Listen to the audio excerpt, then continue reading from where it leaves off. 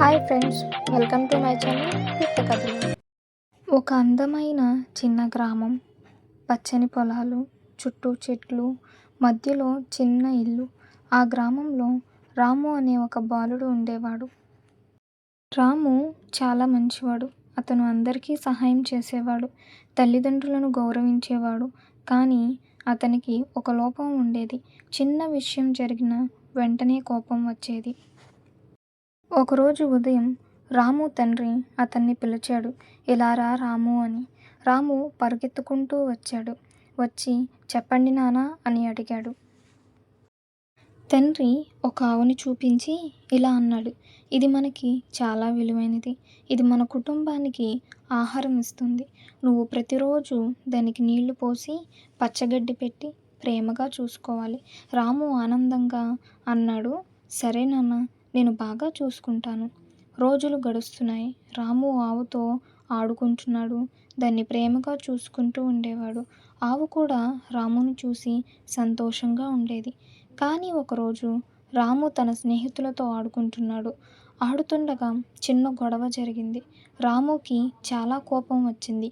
అతను కోపంతో ఇంటికి వచ్చి ఆ రోజు ఆవుకి నీళ్లు పోయలేదు, గడ్డి పెట్టలేదు. కానీ మరుసటి రోజు కూడా అలానే స్నేహితులతో గొడవపడి వచ్చి ఆవుకి నీళ్లు పోయలేదు, గడ్డి పెట్టలేదు.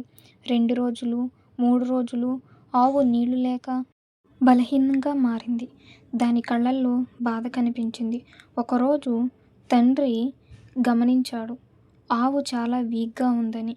అతను వెంటనే రాముని పిలిచాడు. రాము ఇక్కడికి రా అని. రాము వచ్చాడు. కానీ తలదించుకొని తండ్రి మెల్లగా అడిగాడు, నువ్వు ఆవుని చూసుకుంటున్నావా అని. రాము సైలెంట్గా ఉన్నాడు. అప్పుడు తండ్రి ప్రేమగా చెప్పాడు, రాము, నువ్వు కోపంతో ఈ ఆవుని నిర్లక్ష్యం చేశావు. ఇది ఒక మూగజీవి. ఇది నీ మీద ఆధారపడి ఉంది. మనిషి కోపం ఇతరులకే కాదు, మనకు నష్టం చేస్తుంది. ఇలా కోపంతో ఉంటే మంచి మనిషిగా ఎదగలేవు. ఆ మాటలు విని రాముకి తన తప్పు అర్థమైంది. అతని కళ్ళల్లో నీళ్లు వచ్చాయి. క్షమించండి నాన్న, ఇక మీదట ఇలా చేయను అని చెప్పి అతను వెంటనే ఆవుకి నీళ్లు పోసి ప్రేమగా చూసుకుంటున్నాడు. కొన్ని రోజుల్లో ఆవు మళ్ళీ ఆరోగ్యంగా మారింది.